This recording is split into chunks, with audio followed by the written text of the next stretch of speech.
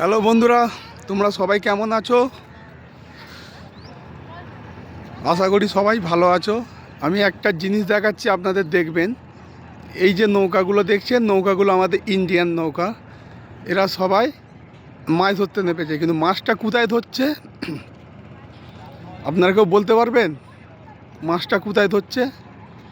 এটা হলো পদ্মা নদী, যেটা বাংলাদেশের সাথে যুক্ত আছে। পদ্মা নদী, এই পদ্মা নদীতে মাছ ধরছে।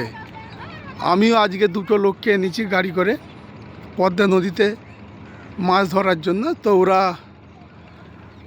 নৌকায় নয়, ওরা হাত ছিপে মাছ ধরছে। তো একটা জিনিস দেখাচ্ছি, আপনারা যত নৌকাগুলো দেখছেন, অনেক নৌকা আছে দূরে দূরে, কুয়াশার জন্য সব দেখা যাচ্ছে না। এগুলো সব আমাদের ইন্ডিয়ান নৌকা। তো এই নৌকাগুলো এখানে মাছ হচ্ছে, সব জাল ফেলেছে। তো এরা কেউ ইললিগালভাবে আসেনি, এরা সরকারকে জানিয়ে এখানে এসেছে। এদের কাজই হচ্ছে এটা, পদ্মা নদীতে মাছ ধরা। আমারও জীবনে শখ ছিল যে একটা পদ্মা নদী আমি দেখবো এখানে, যে পদ্মা নদী কেমন। সবাই বলতো পদ্মা নদী বাংলাদেশে।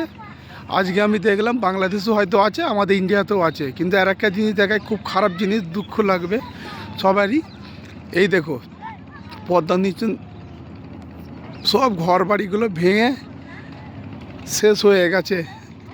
এই দেখুন, এই দিকটাতে সব শেষ হয়ে গেছে। এইখানে হাজার হাজার ঘর ছিল, ঘরগুলো ভেঙে সব নষ্ট হয়ে গেছে। দেখছেন, সব নষ্ট হয়ে গেছে।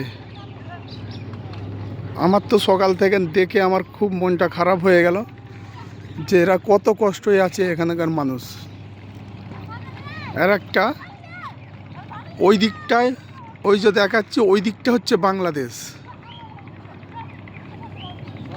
ঠিক আছে বন্ধুরা, আপনারা দেখলেন পদ্মা নদী। ভালো থাকবেন সবাই।